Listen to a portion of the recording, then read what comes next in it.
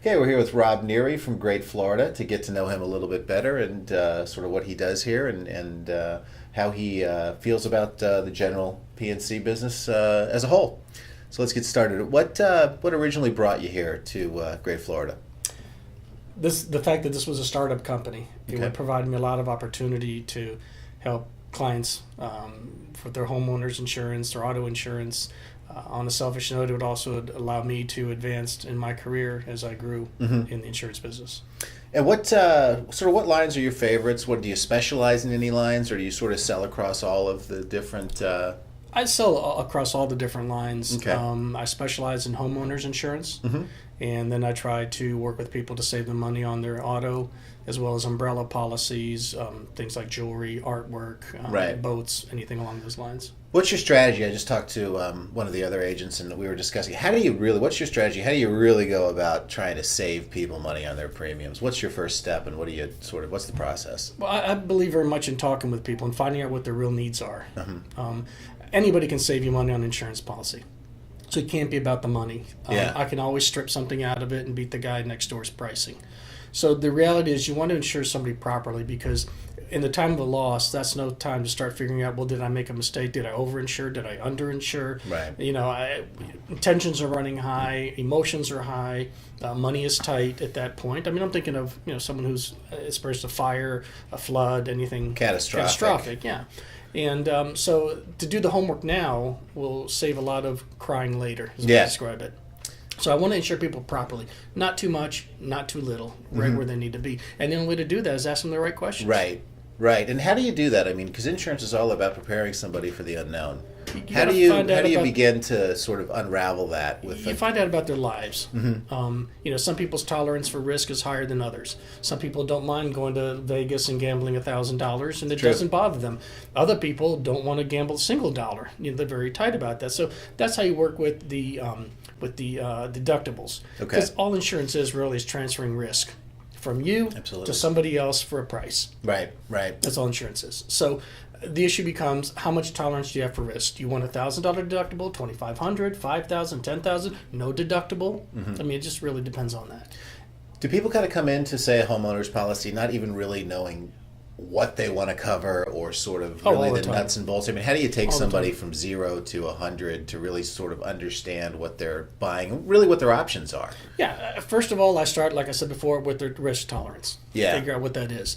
And then I ask them what they have. I mean, describe for me the inside of your house. Do you have hardwood flooring? Do you have carpeting, vinyl flooring? Do you have kitchen countertops that are made out of butcher block versus Formica versus a Corian knockoff, or possibly granite or some of that new concrete stuff that they're using now? Hardwood cabinets, the cabinets themselves, are they hardwood? Are they particle board? This gives me an idea of what the value is of the home. So you're Also, very the particular neighborhood, in that. Very particular, because again, like I said before, you don't want to overinsure somebody, but you don't want to underinsure them either. Sure. So you got to find out what they are, and that goes just for the homeowners. Obviously, lifestyle has to do with it too. Do you really try to get into the person, the way they live? Absolutely. And what I might... find out what cars they drive, for Yeah. example. It tells me a little bit about them. Do they have wave runners? Do they have kids? Do they have larger boats? Do they have airplanes? Right. Jewelry. Do you have expensive jewelry or just regular, normal jewelry? Let's just say not high value jewelry. Do you collect artwork? Do you have sculptures? All these things. Give me a picture of who the people are. And then we can talk about where they work also, and find Yeah. out a little bit about them. Are they professionals? Are they not? It allows me to speak to them at one level versus another level. So you're trying to create a profile? Absolutely. Okay. Absolutely. And based on all that, we then discuss what they're looking for and what they would like. Great. What are some of the things you're seeing trending? What's new? I mean, what are the questions people come with you, or complaints? How about that? Is that a better way to put it? complaints, What are yeah. people complaining about to you all the time now? expense, the cost. People are starting to get scared and upset because the way the insurance companies run our lives. Let's face it, from the time you get up to the time you go to bed, you've probably been through 4 or 5 different policies. Really? Yeah. Well, you started with your homeowner's policy that you slept in your house. You jumped into your car, you Yeah. had an automobile policy. You went to work, you had workman's compensation policy. Meanwhile, while you were out of the house, you had maybe a jewelry policy, watching out for your jewelry. Sure.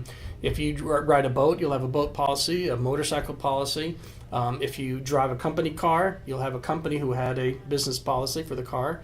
So it's getting very expensive. And then on all Yeah. that, you've got your health insurance policy. So there's a lot of insurances that take place. So everybody's trying to strip out what they can to save money where they can. And the danger with that, of course, is that you will leave a gap or a hole somewhere. And it'll be in the wrong place Inevitably, every time. that's where it happens.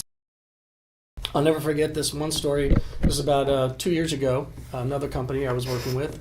And this woman whose policy expired on a Friday, over the weekend. We were speaking on a Friday, and she was on her way out to go on a cruise for a week. And she says to me, I don't want to think about the insurance right now. I'll think about it during the cruise, and I'll get back to you when I come back. Right. And I explained to her, you understand that you're going to have a lapse. You won't have any coverage until you come back, until you tell me yes or no. She says, well, no, I just can't think about it now. I'm too busy. My cruise, I'm going here, Cancun, blah, blah, blah, blah. Mm-hmm. So she left. When she came back, she called me. She says, Rob, I got a problem. I said, what's the matter? She says, well, during the time I left, one of these days, there's a little hose that goes from the wall in the kitchen, from the wall into the ice maker. Mm-hmm. And this hose is full of water. Well, I don't know if it cracked, it broke, or it slipped out of its fitting or whatever, but make a long story short, it flooded her entire kitchen. She ended up with new kitchen flooring, new kitchen cabinets, her living room floor, her bedroom floor. The water for days just ran. I know it wasn't much water coming out. One hose. Because it ran for days and days, Right. The time. she ended up with about a $40,000 claim That would have been covered. and no coverage. That would have been covered if she'd listened. Exactly. Or really just didn't think. If she had just said, yes, Rob, bind it, we'll deal with the details later, Right. I would have. But I cannot bind something unless I'm told to do it. Legally, Well- I can't. So this is a case where procrastination really came. Yeah. to And her. talk about taking risk. Yeah, You know, exactly. that is real risk. And who would have thought of it? I mean, I'm just going out for a week. I mean, I've Right. had insurance for 20 years. I've Nothing's never had ever a claim. happened. And then you go out, and that's when it happens, when you least expect it. Yeah, I mean, it's interesting the way you put it because you're exactly right. That from the minute you wake up in the morning and step out the door, you're really dealing with Yeah. your policies. You are. And do people don't really recognize that, do they? No, they don't. And I fault a lot of agents for not properly conveying what they're getting and not getting, Yeah. which is equally as important, what you are and what you're not getting. Because you want to have coverage, you don't want to have lapses, you don't want to have gaps in your coverage, because life happens.